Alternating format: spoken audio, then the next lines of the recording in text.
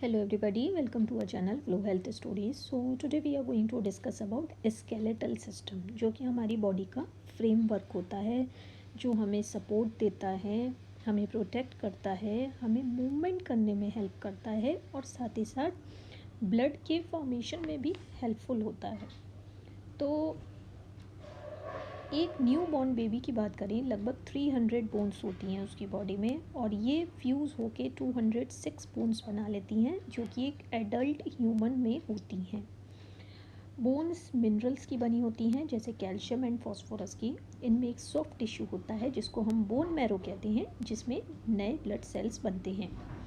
तो अगर फंक्शंस की बात करें स्केलेटल सिस्टम की, तो सबसे पहले तो ये हमारी बॉडी को शेप देता है, हमारे इंटरनल ऑर्गन्स को प्रोटेक्ट करता है, एक बेसिक स्ट्रक्चर देता है मसल्स को, ताकि उस पर मसल्स अटैच हो सकें, ताकि हमारी बॉडीज़ मूव कर पाएँ। और ज़्यादातर ब्लड सेल्स हमारे बोन्स में ही बनते हैं, जो बड़ी बोन्स होती हैं उसके अंदर ही बनते हैं। तो ह्यूमन स्केलेटन में हो जाता है स्कल, बैकबोन, रिब केज और 2 pairs of limbs and 2 pairs of girdles. तो बोन्स बहुत हार्ड होती हैं, लेकिन हमारी बॉडी का हार्डेस्ट पार्ट नहीं होती। जो हमारे दांतों का इनेमल होता है, जो हमें दिखाई देता है, वो बोन से भी हार्डर होता है। बोन से भी, तभी तो हम उससे बोन्स तक काट सकते हैं। स्कल हमारा ब्रेन को प्रोटेक्ट करता है। इसमें 22 बोन्स होती हैं, जिसमें से 8 बोन्स हमारे ब्रेन को प्रोटेक्ट करती हैं और बाकी 14 बोन्स हमारी फेस को बनाती हैं। लोअर जॉ को छोड़िए तो सारी ही बोन्स स्कल की फिक्स्ड होती हैं, वो मूव नहीं कर सकती। सिर्फ हमारा लोअर जॉ मूव कर सकता है, जिसकी वजह से हम खा पाते हैं, बोल पाते हैं और ड्रिंक कर पाते हैं। अब हम बात करेंगे बैकबोन की। बैकबोन में लगभग 33 छोटी छोटी बोन्स होती हैं, जिसको हम वर्टिब्री बोलते हैं, जो मिलकर वर्टिब्रल कॉलम बनाती हैं। ये अंदर स्पाइनल कॉर्ड को प्रोटेक्ट करती हैं। वर्टिब्री एक मोती जैसे हो गए, जो कि एक धागे में पिरोए हुए हैं। मतलब धागा हमारा स्पाइनल कॉर्ड हो गया और वर्टिब्री हमारे मोती हो गए। तो इस तरह से हम इसको समझ सकते हैं। हमारी बैकबोन स्कल से जुड़ी हुई होती है, गर्डल से जुड़ी हुई होती है, हमारे रिब्स से जुड़ी हुई होती है।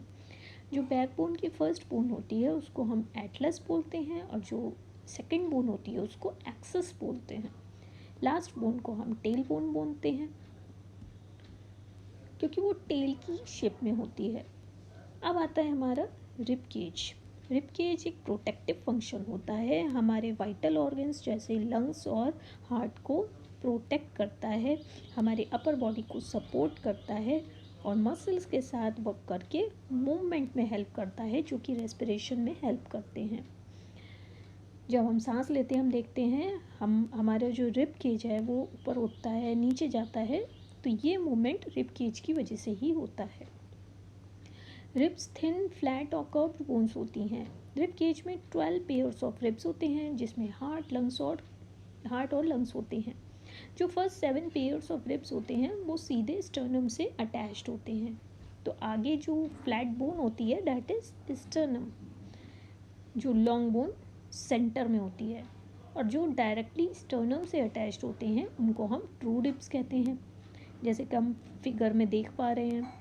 और जो नेक्स्ट 3 पेयर्स ऑफ रिब्स होते हैं वो ऊपर के रिब्स से अटैच होते हैं, ये भी हम इस फिगर में देख पा रहे हैं। इनको हम फॉल्स रिब्स कहते हैं। और जो आखिरी के 2 पेयर्स ऑफ रिब्स होते हैं वो सिर्फ बैकबोन से ज्वाइंट होते हैं और आगे की तरफ ओपन होते हैं, फ्री होते हैं। ये भी हम फिगर में देख पा रहे हैं, और इनको हम फ्लोटिंग रिब्स कहते हैं। अब आते हैं हमारे लिम्स। तो ह्यूमन बॉडी में 2 पेयर्स ऑफ लिम्स होते हैं, 4 लिम्स और आर्म्स और हाइंड लिम्स और लेग्स। हर आर्म और हर लेग में 30 बोन्स होती हैं, जिसमें अलग अलग तरह की बोन्स होती हैं। 4 लिम्ब की बात करें तो ह्यूमरस सबसे लंबी बोन होती है, और जो लॉन्गेस्ट, स्ट्रॉन्गेस्ट और largest bone of the body होती है वो होती है हमारी फीमर, जिसको हम थाई बोन भी कहते हैं। गर्डल्स की बात करें तो अपर बॉडी में 2 गर्डल्स होते हैं, जिसको हम कहते हैं पेक्टोरल गर्डल और शोल्डर गर्डल, और पेल्विक गर्डल एक ही होता है। तो अपर लिम्स पेक्टोरल गर्डल से अटैच्ड होते हैं और लोअर लिम्स हमारे पेल्विक गर्डल से अटैच्ड होते हैं।